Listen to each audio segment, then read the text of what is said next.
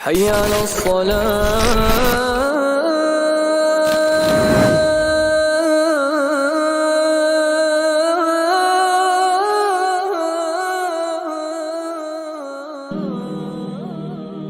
আমার ভাই বোনেরা, নিজেকে একবার প্রশ্ন করুন, আপনারা কি পেতে চান, কোথায় পৌঁছতে চান, আপনার উচ্চাকাঙ্ক্ষা কিসের জন্য? আপনি কি সুন্দরী স্ত্রী বা সুদর্শন স্বামী পেতে চান, এমন প্রভাবশালী বা জনপ্রিয় কেউ যাকে মানুষের সামনে প্রদর্শন করে বেড়ানো যায়? আপনি কি একটা মসৃণ ক্যারিয়ার চান, বিলাসবহুল বাড়ি, বিস্তর ধন সম্পদ, দুনিয়া জোড়া খ্যাতি চান? এসব না থাকা থেকে আপনার খারাপ লাগছে, নিজেকে বঞ্চিত মনে হচ্ছে, বা এগুলো অর্জনের জন্য প্রতিযোগিতায় নামতে ইচ্ছা করছে? যদি এমন হয়, তাহলে ধরে নিতে হবে আপনারা দুনিয়া ও এর মধ্যকার উপকরণ সমূহ দ্বারা প্রতারিত হচ্ছেন। শুনে রাখুন, দুনিয়ার সৌন্দর্য চাকচিক্য হচ্ছে ওই ফুলের ন্যায় যেটা মাটিতে জন্ম নেয় এবং বৃষ্টি থেকে পানি পায়। আস্তে আস্তে সেটা প্রস্ফুটিত হয়, এটার গন্ধ সৌন্দর্যে মানুষ মুগ্ধ হয়। কিন্তু ফুলটি কেবলমাত্র কয়েকদিন বা বড়জোর 1 মাস টিকে থাকে, তারপরেই তা মলিন হতে শুরু করে। তখন মানুষ এটার দিকে আর ফিরে তাকায় না, ধীরে ধীরে এটা মাটিতে মিশে যায়। দুনিয়ার মোহে আক্রান্ত মানুষ আরো বেশি সম্পদ প্রতিপত্তি না পেয়ে ভাবে, ইস, আমি যদি আরো পরিশ্রম করতে পারতাম তাহলে জীবন আরো উন্নত হতো। তার আশেপাশের পরিবেশ সমাজও তাকে ছোটবেলা থেকে এই শিক্ষাই দেয়, পরিশ্রম করলে অনেক টাকা ক্ষমতা পাবে, তখন বাড়ি গাড়ি সবই হবে, ভারী খাবার খেতে পারবে আর দেশ বিদেশ ঘুরতে পারবে। কেবলমাত্র যারা আল্লাহর সবচেয়ে বড় নিয়ামত হেদায়েত লাভ করেছেন, তারাই এই মরীচিকার বাস্তবতা বুঝতে পারেন। তারা বোঝেন তাদের আসল জীবন হলো আখিরাত। এই ক্ষণস্থায়ী ও স্বল্প গুরুত্বপূর্ণ দুনিয়া নয়, জানি বেশিরভাগ মানুষই খুবই ব্যস্ত। দুনিয়া পূজারীরাও এটা বুঝতে পারে, তবে তা মালাকুল মউত আসার পরে।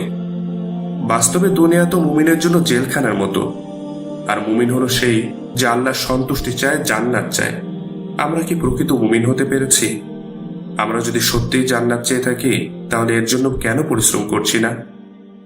হাসান আল বসরি রাহিমাহুল্লাহ বলেছেন, হে মানুষ, আখিরাতের জন্য কাজ করো। নিশ্চিতভাবে আমি আমার জীবনে দেখেছি, যারা আখিরাতের জন্য কাজ করে তারা দুনিয়াও পায়, দুনিয়া তাদের পেছনে ছোটে। আর যারা কেবলমাত্র দুনিয়ার কাজ করে, আখিরাতে তাদের কোনোই অংশ থাকে না। এখন চিন্তা করে দেখুন, কোন কাজের পেছনে আপনি দিনের বেশিরভাগ সময় ব্যয় করছেন? উলামাগণ বলেন, দুনিয়ার মোহাব্বত ও আখিরাতের মোহাব্বত একই নিক্তির দুটি পাল্লার মতো। যখন একটা ভারী হয়, তখন অন্যটা হালকা হয়ে যায়। মানুষের জীবন দুনিয়ার সময় শেষ হওয়ার সাথে সাথেই শেষ হয়ে যায় না, বরং দুনিয়া হলো একটা মাধ্যম বা উপকরণ যা মানুষকে পরের ও আসল জীবনে নিয়ে যায়। চিরস্থায়ী আখিরাতের পূর্বে দুনিয়া হলো আমাদের অতি স্বল্প সময়ের ঠিকানা। আল্লাহ সুবহানাহু ওয়া তাআলার উদ্দেশ্যে তার একজন বান্দার যাত্রার পথে দুনিয়া হলো একটা স্টেশন, যেখানে সে ভালো খারাপ সব ধরনের পরিস্থিতিরই মুখোমুখি হয়ে থাকে। দুনিয়ার মোহাব্বত আমাদের সবাইকেই ধ্বংস করছে। আল্লাহ সুবহানাহু ওয়া তাআলা সূরা আল ফাজরের 20 নম্বর আয়াতে বলেন, আর তোমরা ধন সম্পদকে তীব্রভাবে ভালোবাসো। আমরা এমন কিছুর পেছনে ছুটে জীবনটাকে অপচয় করে দিচ্ছি যেটা ক্ষণস্থায়ী। আমাদের এখন এমন হয়েছে যে দোয়ার সময় চোখে 2 ফোঁটা পানিও আসে না। দুনিয়ার মোহাব্বত আমাদের অন্তরকে শক্ত করে দিয়েছে, আল্লাহর ভালোবাসাকে বের করে দিয়েছে। আল্লাহ সুবহানাহু ওয়া তাআলা সূরা তাওবার 38 নম্বর আয়াতে বলেছেন, হে ঈমানদারগণ, তোমাদের কি হলো?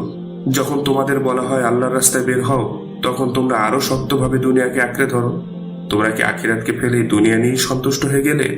অথচ দুনিয়ার জীবনের ভোগ সামগ্রী আখিরাতের তুলনায় একেবারেই নগণ্য।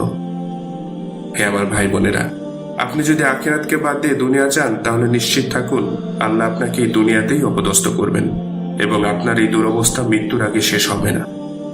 ইবনুল কাইয়িম রাহিমাহুল্লাহ বলেন, মানুষ যে জিনিসকে আল্লাহ থেকে বেশি ভালোবাসে, আল্লাহ তাকে সেই জিনিস দিয়েই দুনিয়াতে কষ্ট দেন।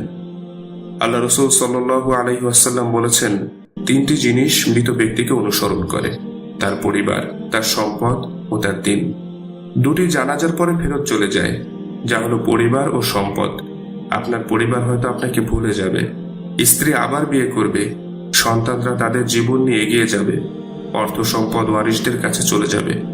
কিন্তু যে জিনিসটা দুনিয়া ও আখিরাতে চিরস্থায়ীভাবে আপনার সাথে থাকবে, আখিরাতের বিভিন্ন পর্যায়ে আপনাকে রক্ষা করবে, তা হলো আপনার দিন। আল্লাহ সুবহানাহু ওয়া তাআলা কুরআনুল কারীমে বলেন, তোমাদের সম্পদ ও সন্তান সন্ততি যেন তোমাদেরকে আল্লাহর স্মরণ থেকে গাফেল না করে। নিশ্চয়ই সবচেয়ে বেশি ক্ষতিগ্রস্ত তারা যারা এসবের ধোঁকায় পড়ে থাকে। আল্লাহ রসুল সাল্লাল্লাহু আলাইহি ওয়াসাল্লাম আমাদের এই দুনিয়ার ব্যাপারে সাবধান করেছেন। এই দুনিয়ার ধোঁকায় না পড়তে তিনি আমাদের উপদেশ দিয়েছেন।